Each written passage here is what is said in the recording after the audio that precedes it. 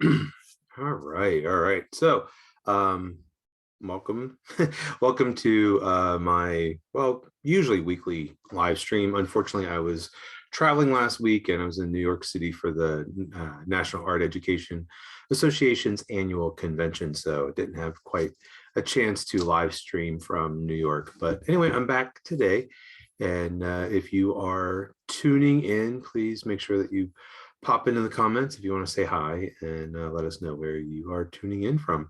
Always great to see who is out there. But anyway, so today I'm working in that little book that I stitched together a few weeks ago, and I'm continuing working with some acrylics. And actually, I got something.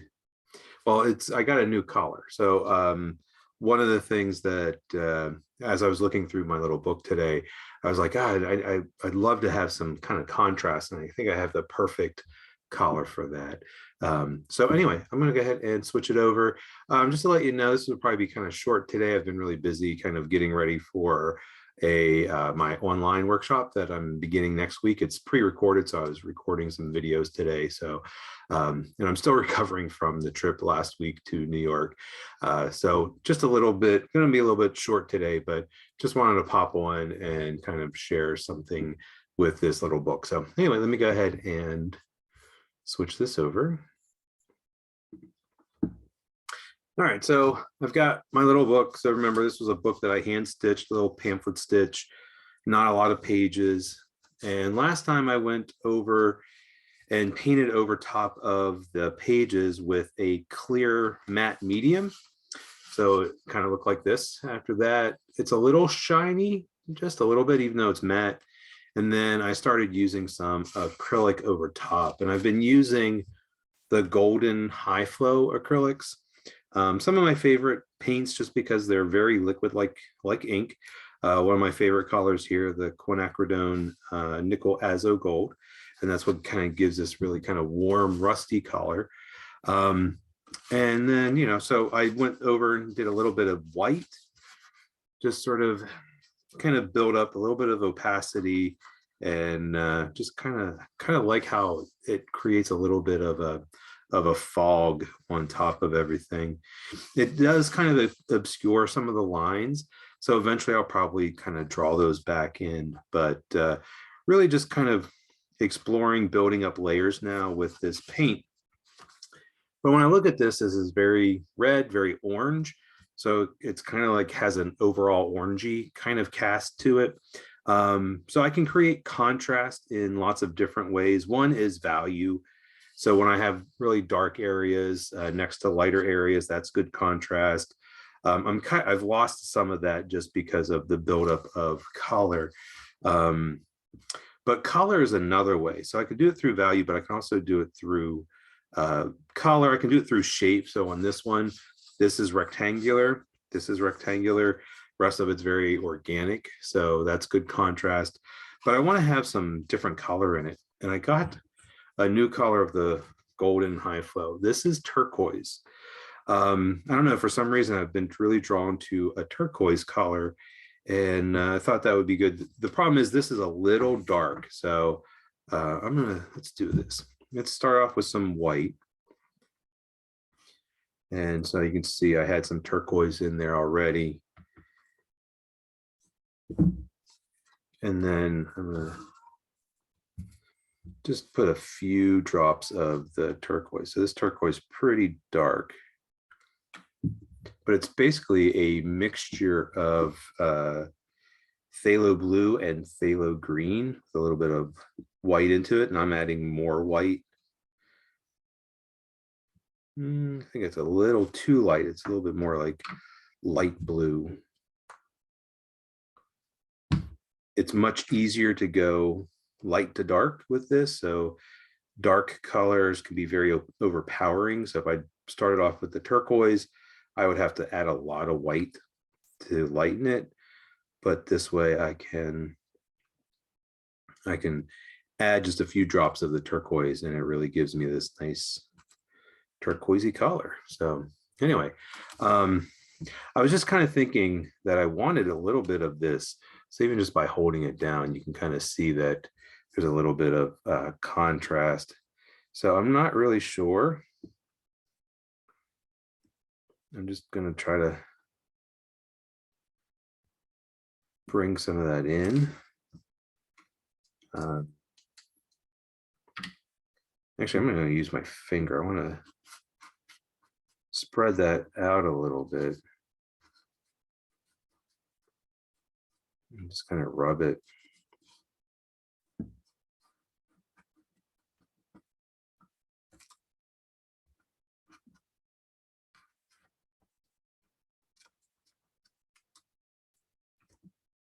So now I have some contrast between that blue, that turquoisey blue, and that orange. You know what? I think I want to have a little bit lighter. So I'm going to do a little bit of white in here. Let's see, maybe grab a smaller brush.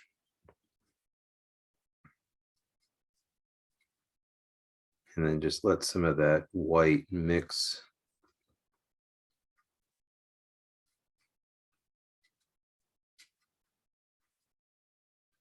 So letting some of that white mix with some of that turquoise.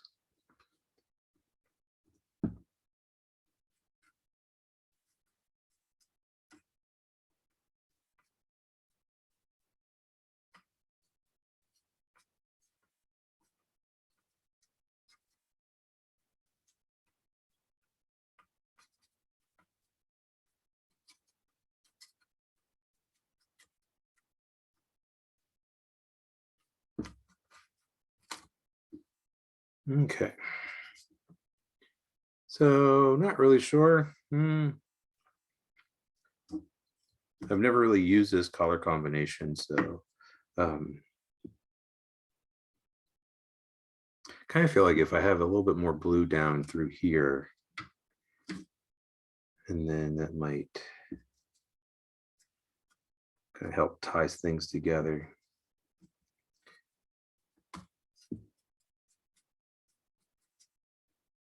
You know, I don't use acrylic a lot in my, especially in my journaling. So it's just kind of a little, you know, kind of new territory. There we go. I like that a little bit better because now I kind of have this little kind of opening here that, you know, got the boy in the middle there. And then that kind of goes around as a frame. All right. So it sounds like my wife might be home. But anyway, all right. So I want to kind of keep that going, but I'm going to go ahead and let's see. This is probably pretty dry. Doesn't take long for it to dry. I already have some over here.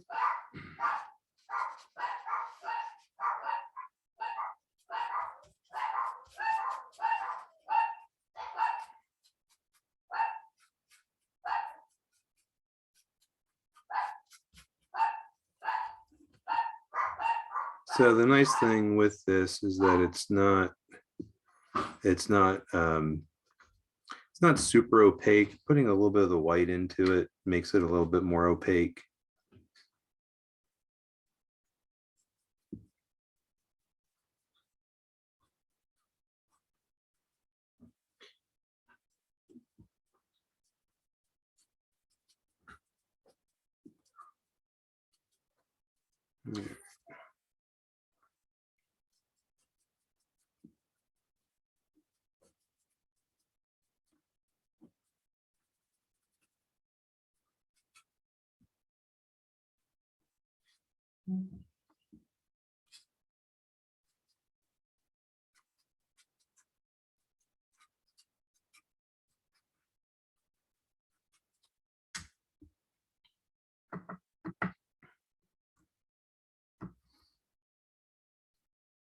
I can always build up some layers as well if I wanted to be a little bit more opaque.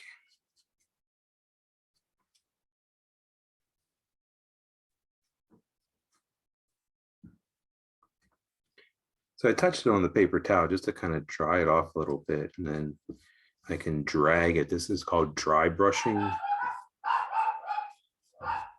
So even though the paint's very liquid, the nice thing is that it picks up a lot of that texture. Let's get a little touch of white and do the same thing.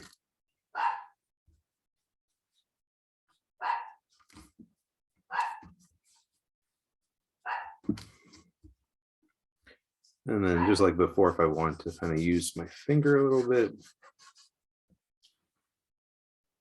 So the thing with this paint, because I'm using it straight out of the bottle, I didn't mix any kind of medium in it. It is much shinier than the paint that's down. So I do want to be careful of that when I close it up.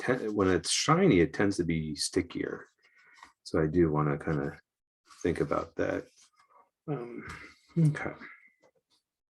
I think I want to continue this maybe over on this side.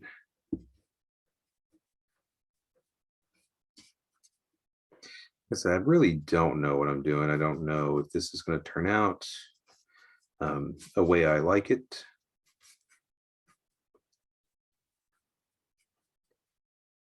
But that's the nice thing with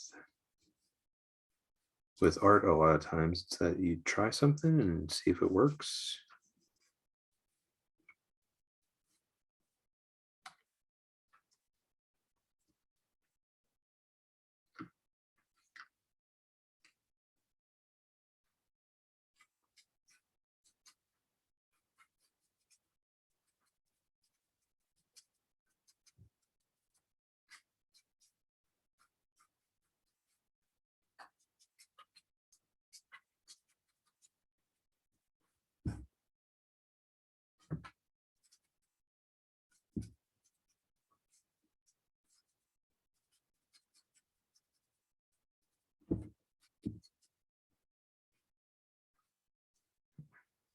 I've got a kind of like a circle there, and I kind of just rinse this out. I've been just wondering if I want to kind of bring that out a little bit.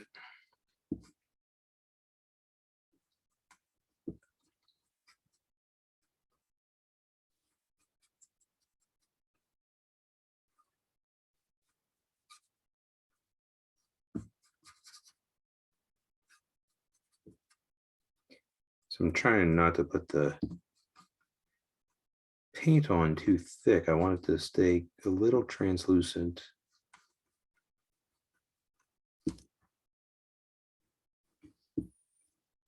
Okay, that's kind of interesting. Don't know if I like it or not. That's all right. That's the thing. It's like I don't always have to like everything.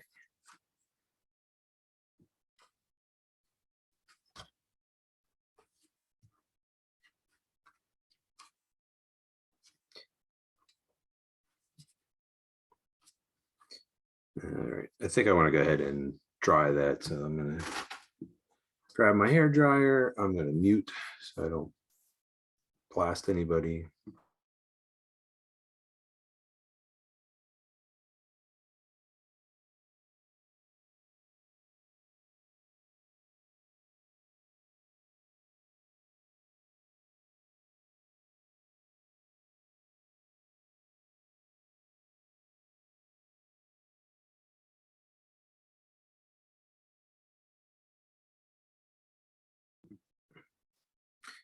All right. So this is the last spread where I have that golden color down. So I'm just going to add a little bit of the turquoise.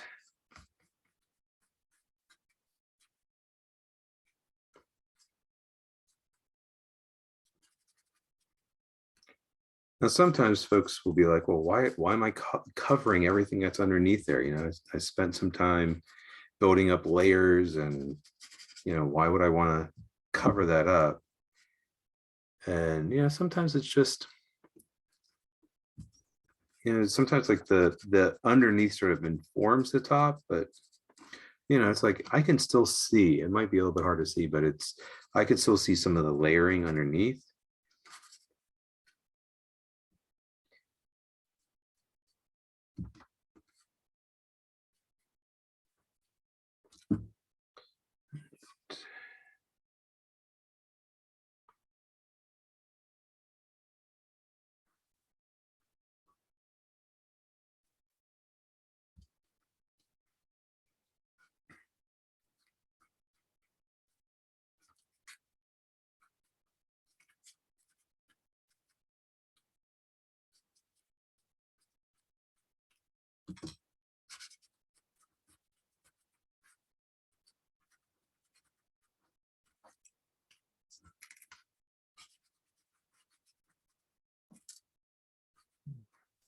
Okay.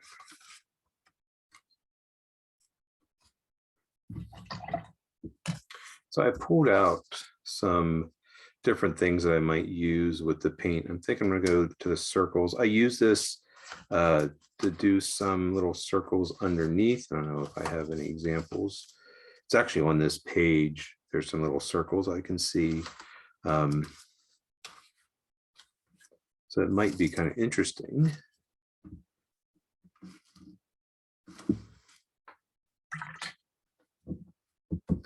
So I'm going to just rinse out my brush. Doesn't have to be super clean. I'm going to use some of the white. I don't want it to be super liquid, so I'm going to touch it on my paper towel just to get some of the liquid out.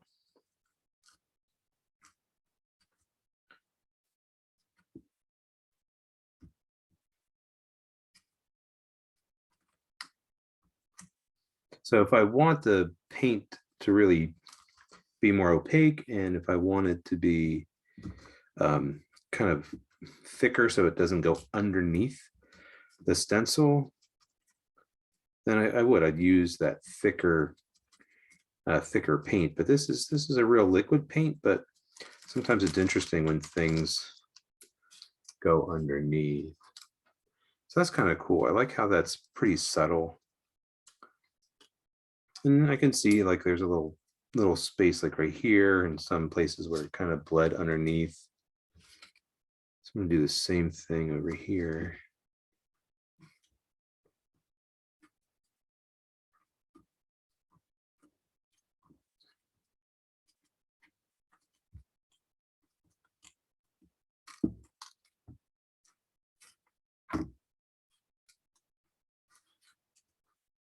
Okay.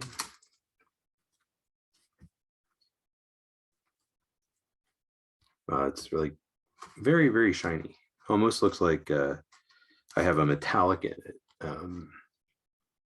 So there's paint called interference paint that it has kind of metallic in it, but this doesn't. This is just the glossiness of the paint.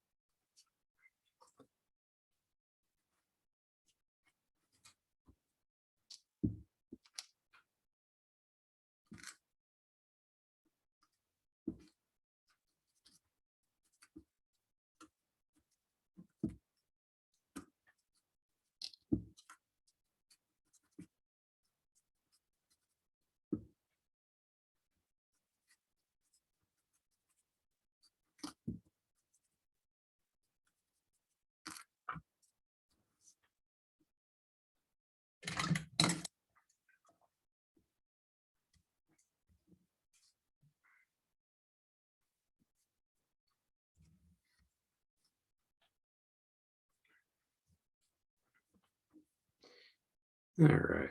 Let me go ahead and hit some of this up with the hair dryer.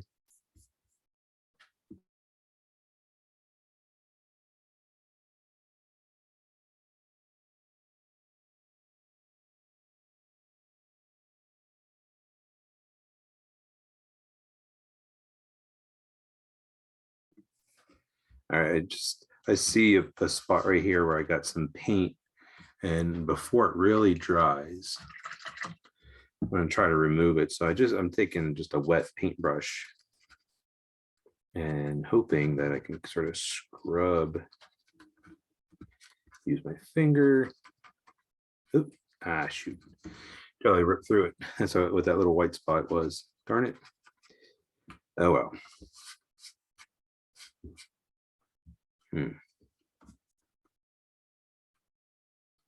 Yeah.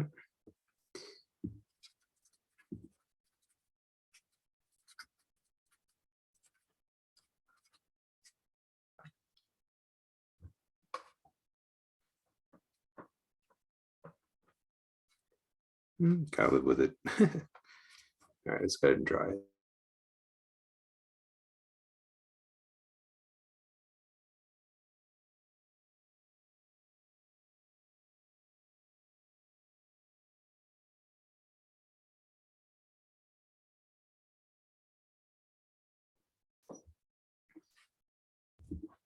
Okay. All right, so I think the last thing I want to do today, like I said, I'm going to keep this short today. I'm going to use my red marker. I've used this before. That's what I did. Some of the red lines that are now getting covered up. So again, this is a paint marker. It has the same paint. It has this color in it, naphtha red light, but it's a Montana paint marker. It's an empty marker.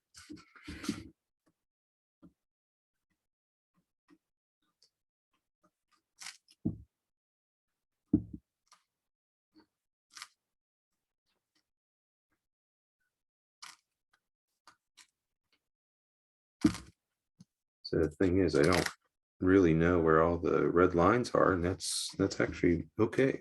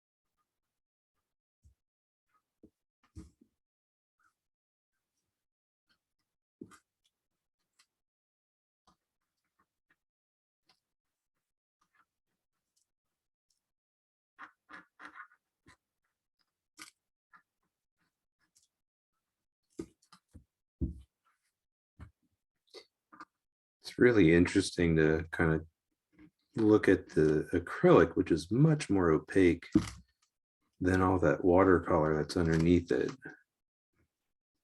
And, I typically just use the water soluble materials like the Inktense paints and Inktense pencils, but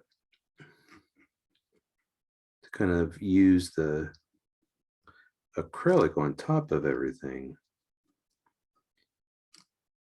it's definitely something that I'm not used to.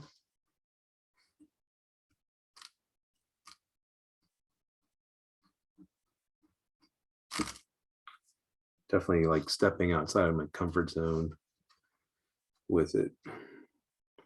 But that's part of artistic growth, I think.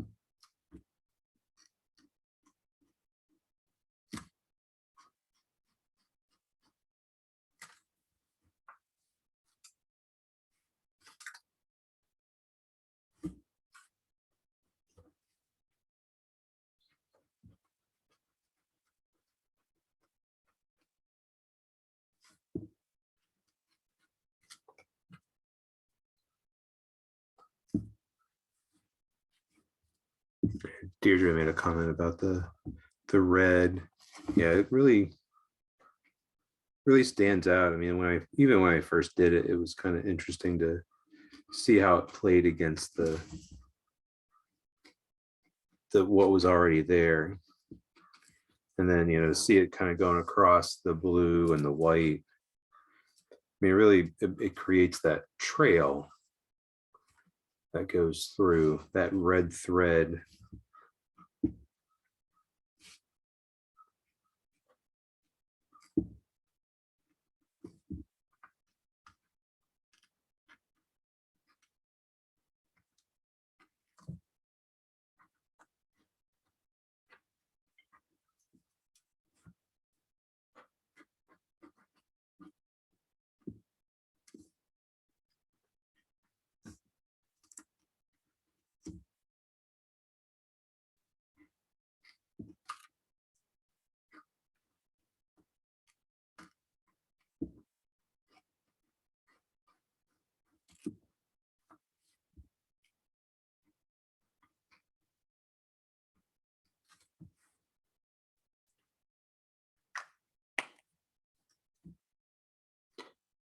All right.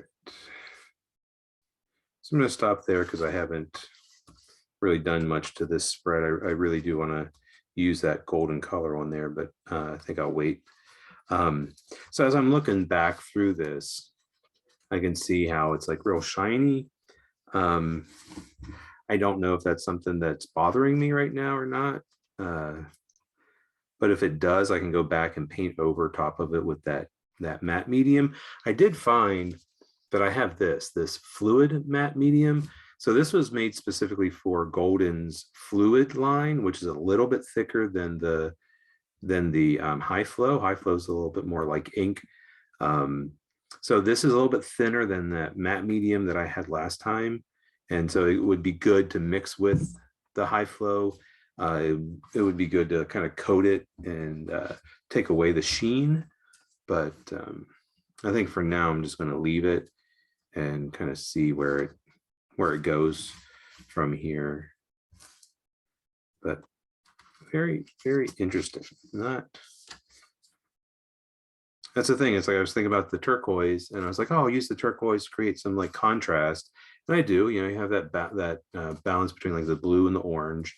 But I don't know if is it too much in some spaces. I don't know. I mean, it's just kind of yeah, not quite. That's the thing. It's like I had something envisioned, and you go to do it, and it's like, oh, sometimes things don't turn out exactly the way you had hoped or planned or had envisioned, but that's all right. But I do have messy hands, so it's always a good day whenever my hands get messy with paint. But anyway, so I just wanted to come on for a little bit and do a little bit more in this journal. Do plan on being here next week, so hopefully you can tune in. But please make sure that if you have any questions or comments or concerns, please pop them into the comments and I'll try to address them or answer them. But anyway, I appreciate you tuning in, whether you're tuning in live or tuning into the recording later. Really appreciate that. And yeah, just let me know if there's anything that you need or anything that you want to see or any questions that you have. But until next week, thank you so much. And as always, happy creating.